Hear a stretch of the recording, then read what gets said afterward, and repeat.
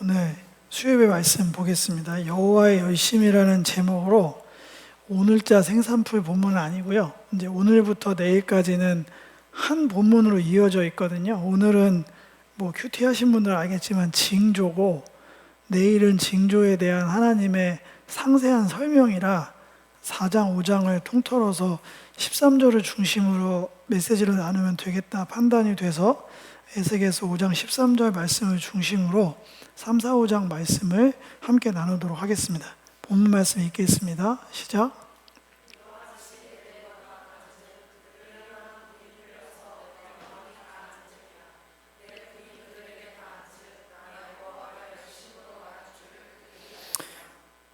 네, 한 번 더 읽어야 되겠습니다. 이유가 있습니다. 다시 읽겠습니다. 시작.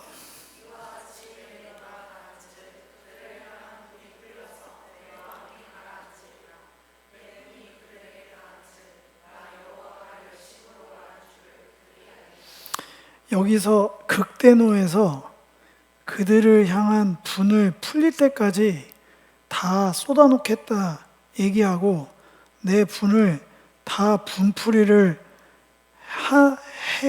하고 나서야 내 마음이 쉼을 얻었다 얘기하시는 주체가 놀랍게도 하나님입니다. 굉장히 어색하실 겁니다. 우리가 알고 있던 무한한 용서의 하나님, 어떠한 것도 다 품어 안으시는 그 하나님을 교회에서는 90%, 한 95% 그 하나님만 계속 얘기를 합니다. 그런데 오늘 에스겔서의 5장 13절은 제가 번역본을 진짜 한 10대 개를 읽어봤거든요. 영어 포함해서 뭐 메시지 등 그 어떠한 번역도 이거를 숨길 수가 없어요. 그 되게 따뜻하게 번역하는 메시지 성경조차도 아주 적나라하게 그냥 극대노를 쏟아붓겠다, 다 쏟아부었더니 진짜 이제야 내 마음이 좀 누그러진다고 하면서, 어쩌면 성경에서 우리가 제일 어색한, 우리에게는 원래 하나님의 이게 본 모습, 그 성품의 분명히 일부분일 텐데, 우리는 어찌된 연구인지 이런 하나님은 만날 때마다 되게 낯설고 설교 때도 하기 버겁습니다. 그런데 분명히 직면을 해야 되는 하나님의 또 다른 면모입니다. 미리 말씀을 드리지만 십자가에 여러 의미가 있어요. 십자가 공로에, 예수 그리스도의 십자가 공로에 여러 의미가 있지만 바울 서신서의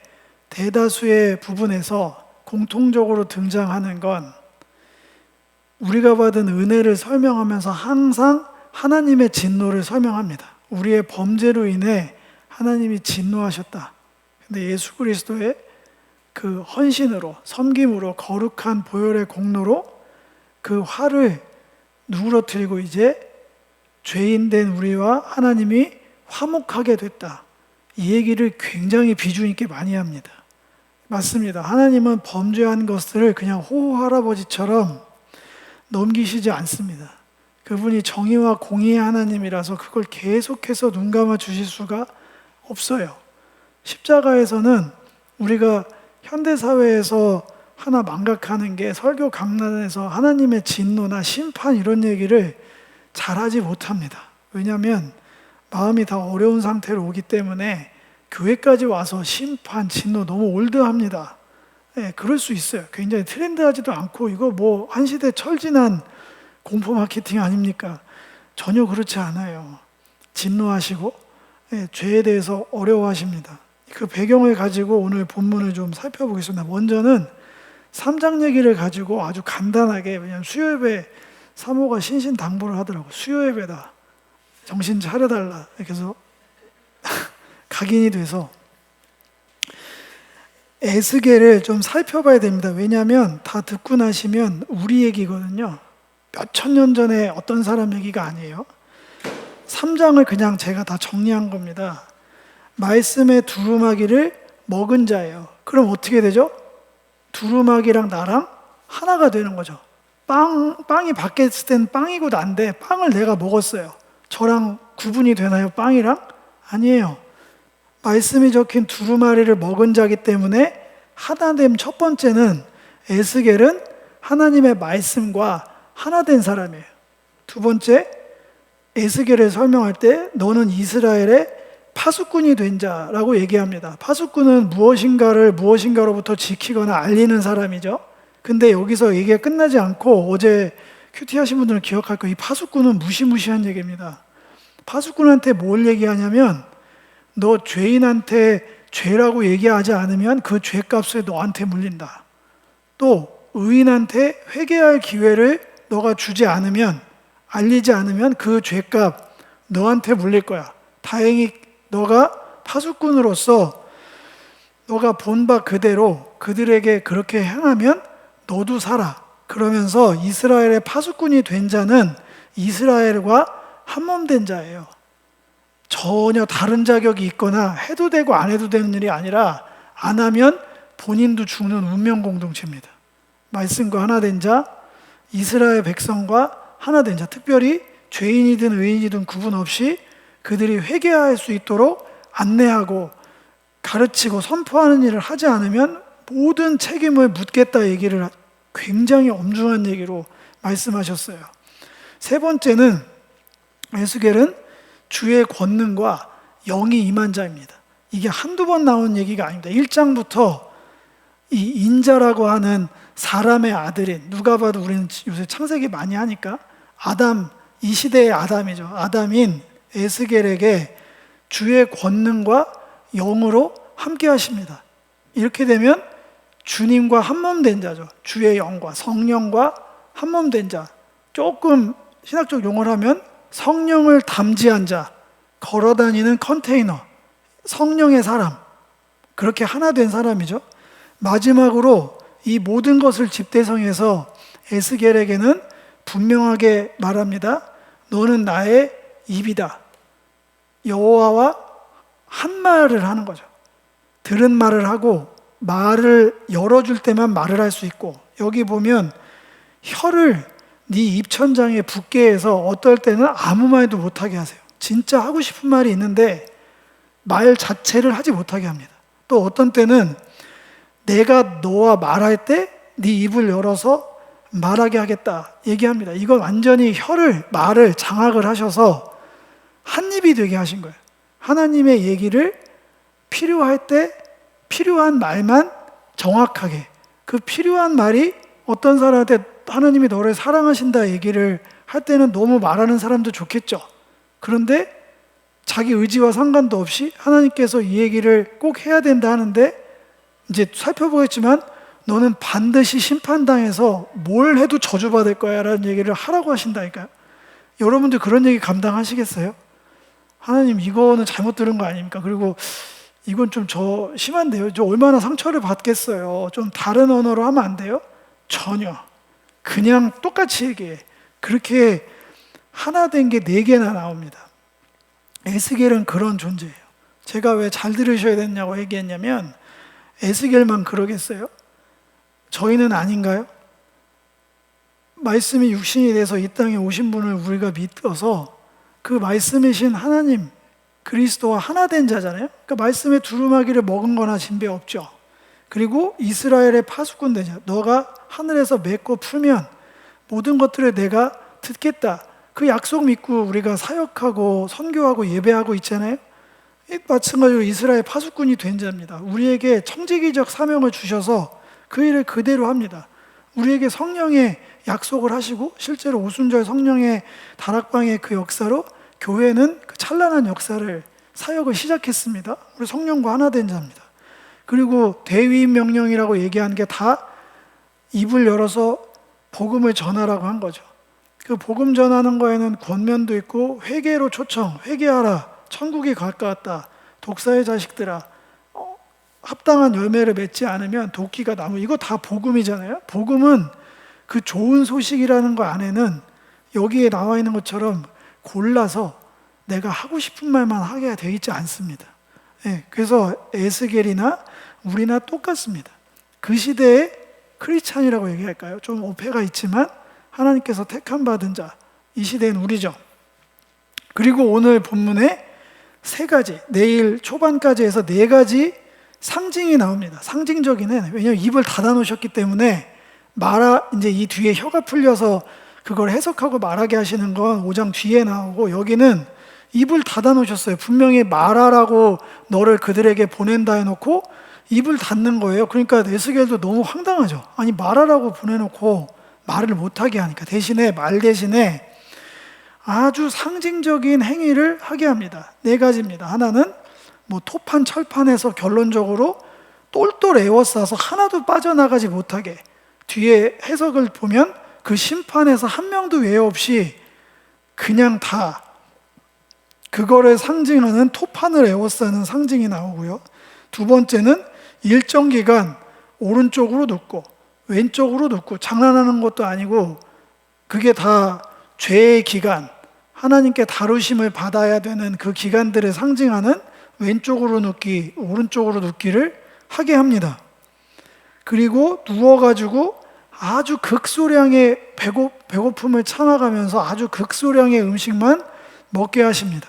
그리고 내일 여러분들이 보게 될 네 번째 징조는 온 털을 다 잘라내서 다 바람에 흩날리고 잘라버리고 불에 사르라고 합니다. 진짜 특이하고요. 이 네 개의 이 상징적인 행위가 뭐냐, 뭐 이걸 토파보기 할 수 있죠. 근데 그렇게 할 필요 없습니다. 결론적으로 반드시 심판한다거든요. 그것도 대상이 이방 나라 바벨론, 아수르가 아니라 이스라엘, 꼭 집어서 언약의 땅에 내가 심어놓은 예루살렘 너를 반드시 이렇게 맹세하면서 심판하겠다 선언을 하십니다. 정말 무시무시해요. 이게 이방 나라에 심판하는 것도 보면은 하나님 좀 너무하시는 거 아닌가 막 이런 생각이 들 줄도 섬찟섬찟한데, 지금 이 대상은 이렇게 네 가지로 정확하고 분명하게 심판의 징조를 말합니다. 이것도 제가 한꺼번에 다 적용하기가 어려워서 여기서 끊어서 가면, 때로는 우리가 말로 전해야 될 때가 있어요. 이렇게 살면 안 된다, 또 이렇게 살기를 바란다, 이런 종류의 말로 할 때가 있고요. 또 한편으로는 우리의 삶으로 드러내야 될 때가 있어요. 그게 선행이든 무엇이든지 간에 이 땅을 향한 메시지로 기록됩니다. 성도들의 삶의 족적들은 지금 이 땅에서는 이게 무슨 의미가 있을까? 이런 고군분투함이 나도 이 세상에 어떤 유익이나 어떤 시그널이나 어떤 메시지가 갈 수 있을까? 우리 눈에도 잘 보이지 않아요.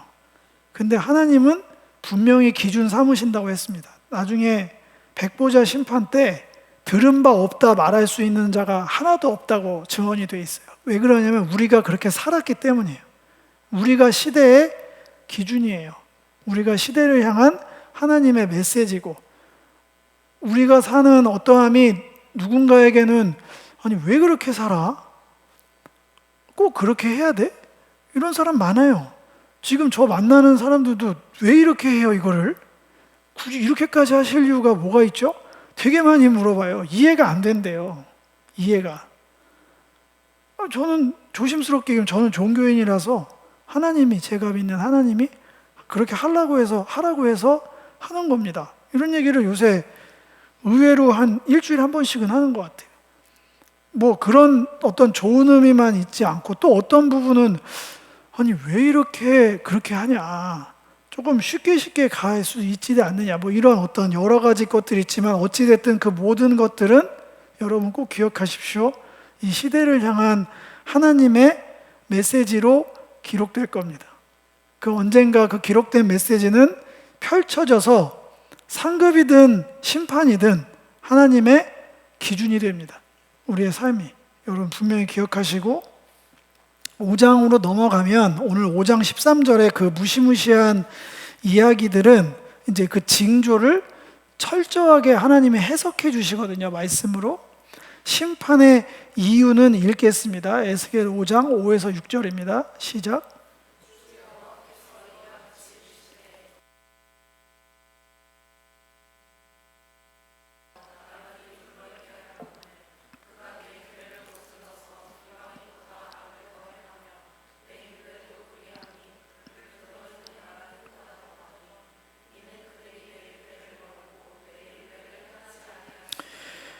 예, 그렇게 극대노를 하고 진노를 한 이유를, 그렇게 특이한 징조를 통해서 그 심판을 선언하신 이유가 나오는데, 정말 놀라운 얘기가 나옵니다.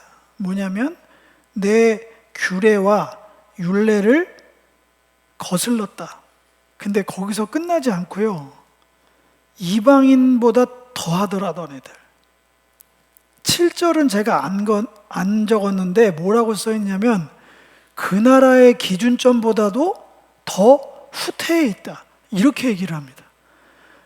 이게 상상이나 되는 얘기인가요? 하나님께서 출애굽을 시키셔서 시내산에서 거룩한 율법을 허락하셨어요. 이렇게 살아야 된다.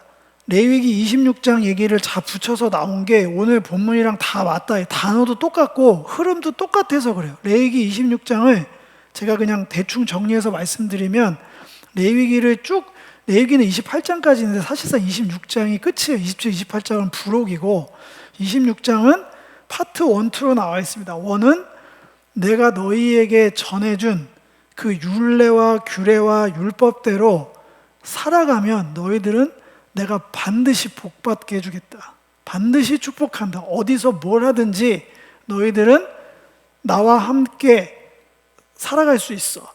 근데 그 분량은 적고요. 그 밑에 나머지 적잖은 분량을 할애해서 그러나 만약에 너희들이 여기 써 있는 대로 내 규례와 율례를 저버리고 모든 토라의 모든 말씀을 지키지 않으면 내 반드시 너희들을 심판할 거야. 얘기가 몇십 절이 나옵니다. 언약의 땅에 들어가기 전에 경고에 또 경고를 하는 내용에 단어도 문장 흐름도 똑같은 얘기가 에스겔서에 그대로 나와요. 이미 몇백 년 전에 예언하듯 써놓으신 그 삶의 방식의 기준이 놀랍게 그 고매한 거를 저보고 지키고 살랍니까? 이런 고군분투함을 얘기하시는 게 아니에요. 저는 산상수훈처럼 살고 싶은데 잘 되지 않아요. 이런 처절한 몸부림은 주님 기뻐하시죠. 아, 너가 내 자녀가 맞구나. 이제 그런 게 아니라 지금 여기 성토하는 건 그런 거는커녕 믿음 없는 사람보다 훨씬 너희들이 지독해 이렇게 얘기하시는 거예요. 너희들의 삶의 기준이 훨씬 더 기준점도 없고 사는 방식도 너무 후퇴돼 있어. 기준이 하나도 없어. 다시 말하지만 하나님께서 정한 율례와 규례와 법도는 버릴 게 없는 거예요. 레위기 전체를 제가 몇 번 말씀드렸지만 하나님께 나아가는 법이에요. 어떻게 하나님과 동행하며 살 수 있나? 어떻게 하나님께서 정결하고 거룩하게 하신 삶을 유지내지 더 분명하게 살아낼 수 있는가에 대한 조목조목 방식을 적어 놓으신 거거든요. 물론 적용을 지금은 제사 시대가 아니기 때문에 적용하는 건 굉장히 어려운 얘기지만 그래도 고민을 해서 나아가야죠. 그 형식은 예수님의 십자가 이후로 형식은 다 사라졌어요. 그러나 그 중심, 그 삶의 마음가짐, 태도는 여전히 살아 있습니다. 전혀 사라지지 않았어요. 산상수훈에 그대로 더 분명하게 기록되어 있고 바울은 훨씬 더 강력하게 권면하고 있어요. 모든 서신서의 뒤에 앞에는 복음에 대한 설명, 뒤에는 삶의 방식 그대로 훨씬 더 세게 설명하는 것들을 볼 수 있습니다. 그런데 이들이 심판을 당한 이유는 뭐냐면 어떻게 너희들의 악을 행하는 게 이토록 참혹하게 그 나라의 기준점보다 더 후퇴해 있느냐. 이건 정말 아니다. 그게 하나님의 심판의 이유입니다. 여기도 적용 끊어가겠습니다. 우리 삶의 기준을 바로 세우셔야 됩니다. 예수 믿는 건 부적이나 종교 생활이 아니에요. 분명한 삶의 방식이 다른 삶의 방식과 기준이 세워져야 됩니다. 그게 마땅한 거예요. 그게 필요 없다면 산상수훈도 다 드러내고 성경에서 바울 서신의 절반은 정확하게 잘라서 버려버리셔야 돼요. 어떻게 살라고 너무 심하게 자세하게 써 있어요. 너무 심하고 자세하게. 그렇게는 되지 못할 망정. 성령의 9가지 열매, 사랑의 어떤 열매 이런 거는 둘째 치고라도 최소한 일반인들보다, 예수 믿지 않는 사람들보다는 최소한 양심상 바르게 살려고 애를 써야 되는 게 최소한이라고 생각하는데, 이 시대는 지금 시대와 마찬가지로 굉장히 많이 후퇴돼 있었던 거예요. 요새 각종 드라마 얘기를 내가 다 믿지는 않지만 이미지가 점점 그렇게 돼가고 있어요.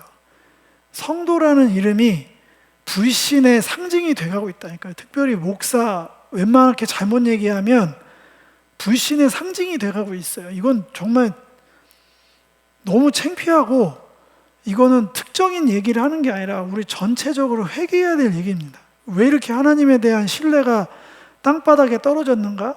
분석하시는 분들은 많이 얘기합니다.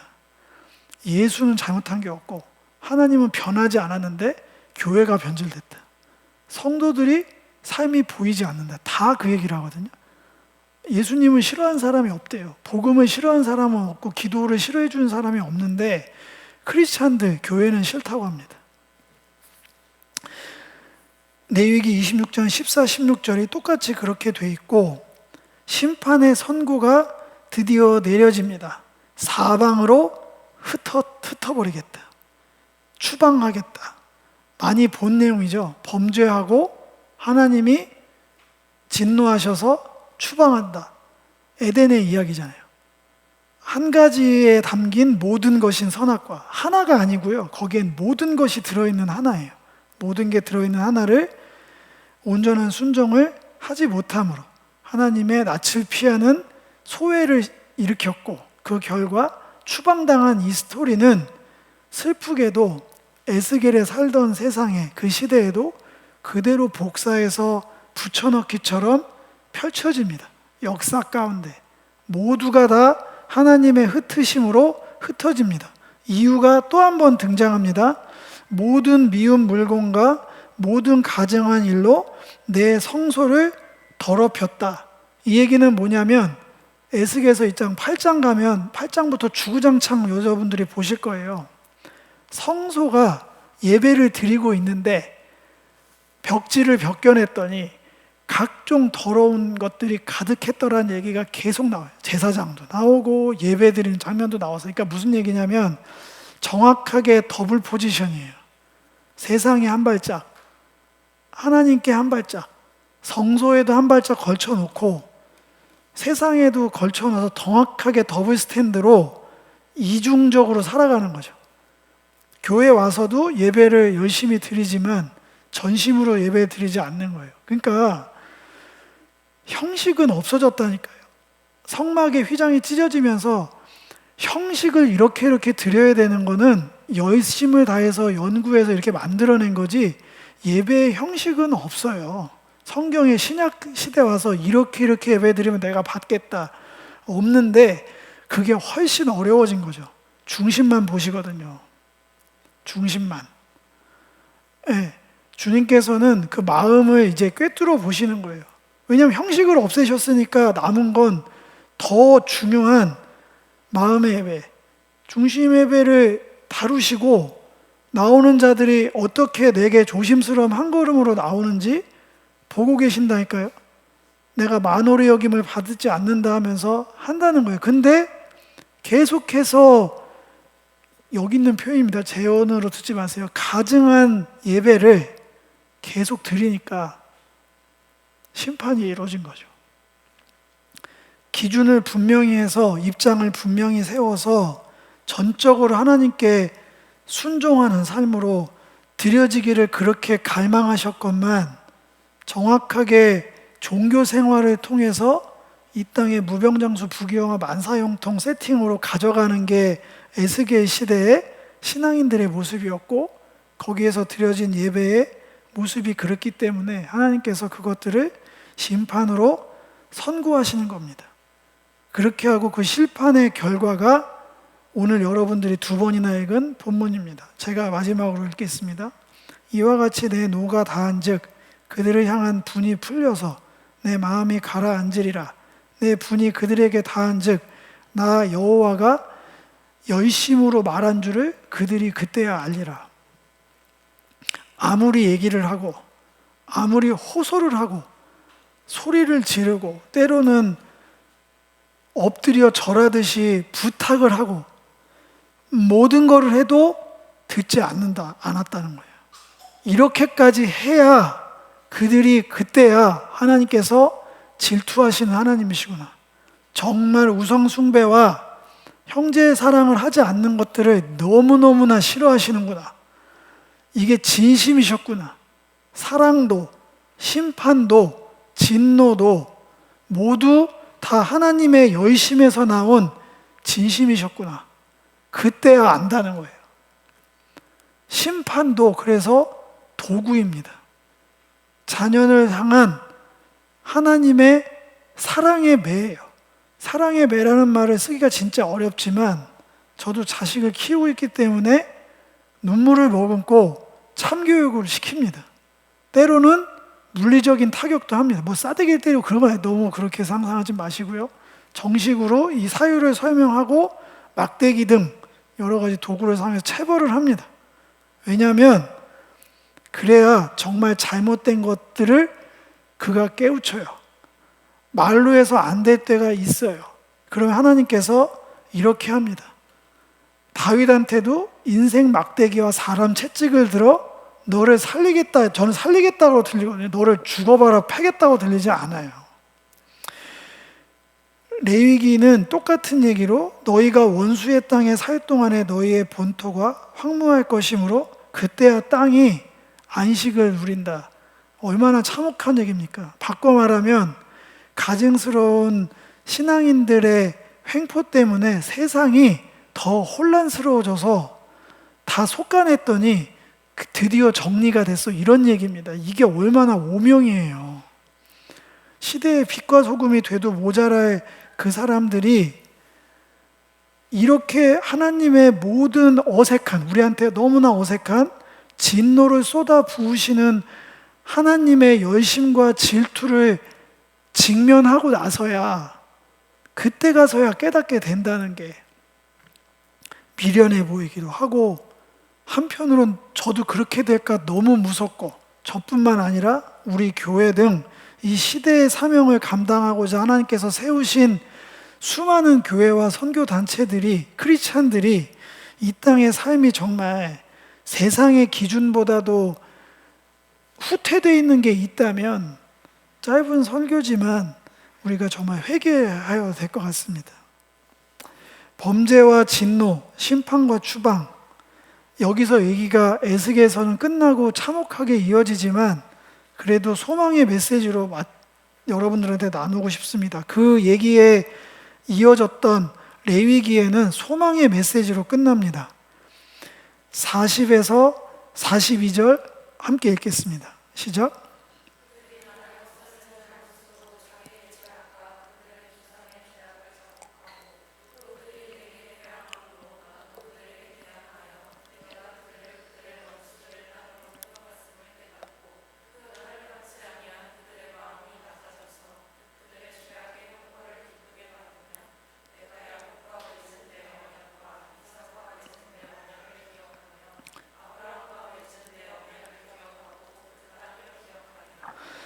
엄청나게 아프지만 그런 것을 계기로 해서 하나님의 열심, 나를 향한 하나님의 전심을 우리가 드디어 깨달았다면 돌이킬 기회가 약속이 되어 있습니다. 그것은 뭐냐면 우리가 저지른 죄악에 대한 철저한 회개입니다. 자복하고 인정하고 기꺼이 깨달아서 기꺼이 하나님께서 주시는 벌을 외면하고, 하나님 왜 저한테 고통을 주시나요? 잘못했어도 이건 너무하신 거 아닌가요? 이런 태도가 아니라 그냥 다 받아 안는 거예요. 잘못했습니다. 달게 받겠습니다. 전적인 수용, 그 죄악의 형벌을 기쁘게 받으면, 죄악의 형벌을 어떻게 기쁘게 받습니까? 예, 믿음 안에서 받는 거죠. 믿음 안에서 깊은 묵상과 깊은 기도를 통해서 이런 거였구나 깨닫게 해주시면 그걸로 끝난 거예요. 못 깨달으니까, 이유를 모르니까 답답하고 원망스럽고 튕겨내고 수용되지 않는 거예요. 그게 신락 같은 소망으로 깨달아지면 저는 기회라고 생각합니다. 그때는 직면케 하신 일들을 그냥 끌어안아야 됩니다. 예, 제가 잘못했기에 기꺼이 그 형벌을 받겠습니다. 그러면 하나님께서 됐다 그러면 됐어. 너와의 언약은 변치 않는다. 신실하신 하나님을 기억하게 하십니다. 레위기 26장 44, 45절입니다. 읽겠습니다.